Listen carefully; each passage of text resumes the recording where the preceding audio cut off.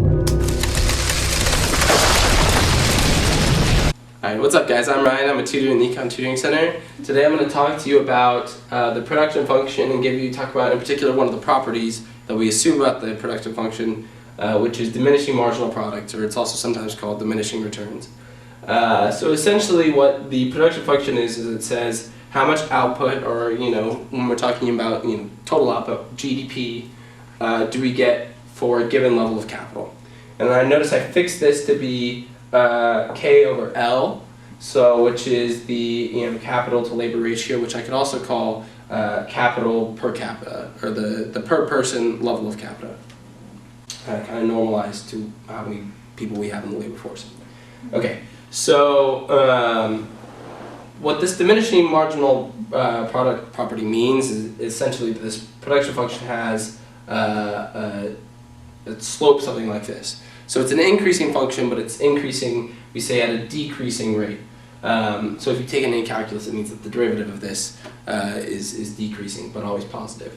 Okay, so essentially, I'll give you a couple examples to kind of describe what this property means. So let's say that we have two countries that have the same production function, but one has a much higher GDP than the other, right? So maybe we have, so let's say we have one country that has, let's call it Y, poor down here. Typically this is also going to be output per normalized for labor too, but it's the same thing essentially.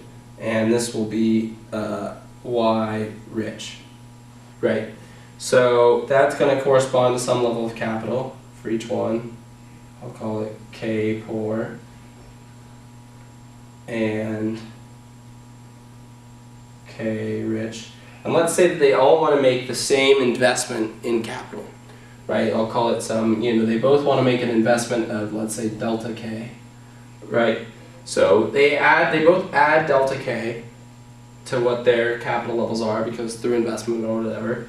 So this goes up delta K and gets them to this level. Same thing here, up delta K to this level.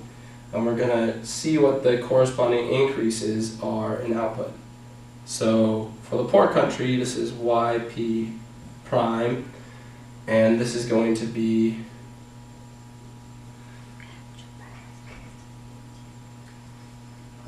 YR prime. So note that because of this diminishing marginal property here, even though they both increase by delta K, the total output for the poor country went up by more because this function is increasing faster in the lower levels of capital and slower up here. So that even though they put in the same level investment, this grew faster, output grew faster for them than it did for the rich country. So if all you cared about was the rate of return on your investment in capital, you would invest in the poor country because this grew at a higher rate than this did.